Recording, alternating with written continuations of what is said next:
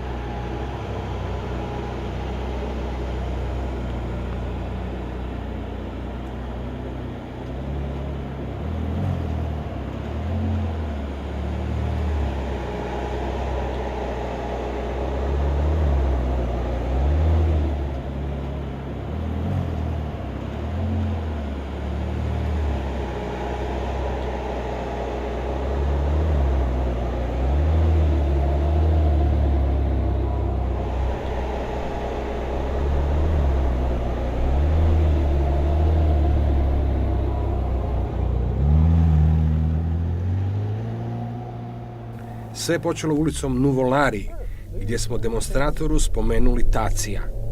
Njegov osmijeh na licu otkrio je da više nije bitno vozimo li po propisima ili ne. Razgovor je krenuo, sjećanja su navjerala.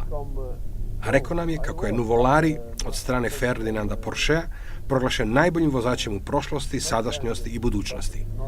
Rečenica za povijest. Nas su pak zanimali i performanse Kalifornije, ali emocije su bile toliko izražene da test više nije imao smisla. Za mene, Gilles Villeneuve je najbolji, rekao je naš demonstrator. Mali Kanađanin imao je posebno mjesto u srcu komandotorea, a za njega su vozili ipak najveći.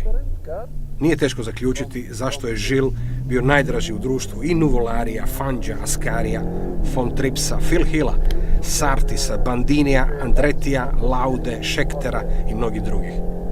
Villeneuve je jedan od zadnjih u povijesti koji ima potez više, nešto što ovih dana više ne postoji u Formuli 1.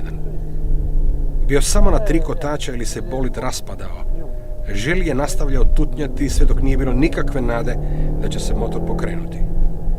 Njegov dvoboj u Dijonu sa Arnoux je najveći dvoboj u povijesti Formule 1.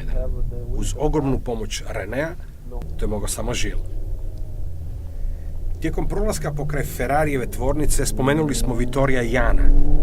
Razgovor je krenuo žešće nego prije. Slušali smo kako je Vittorio bio prvi Ferrarijev dizajner, prvi čovjek do Enca u poslu i prijateljstvu. Zajedno su stvarali korporaciju, a nakon što je saznao da boluje od raka, 1965. godine izvršio je samoubojstvo. Enzo je tada naredio inženjerima da upale sve raspoložive motore u tvornici i daju gas do kraja. Ferrari je izvana snažna tvrtka, ali duboko u sebi ponikla na boli, nesrećama i gubicima. Sam Enzo je nekoliko puta izjavio kako bi odustao od svog sna kada bi mogao vratiti sve te dečke. U crvenim bolidima, samo u Formuli 1, poginuli su Tarnaco, Castellotti, Musso, Collins, von Trips, Bandini i Gilles. Naravno, Enzo nije pravio previše razlike i kad su poginuli Rodriguez, Schlesser, Rindt, Siffer, Sever, Donahue, Peterson i mnogi drugi u drugim bolidima. Mislili smo da će ovo biti samo obična vožnja, no shvatili smo da niti jedan narod ne voli utrke više od Talijana. Niti jedan narod o svojim prethodnicima ne priča s toliko emocija, s toliko sjećanja i ljubavi. Ferrari je uistinu više od tvornice automobila.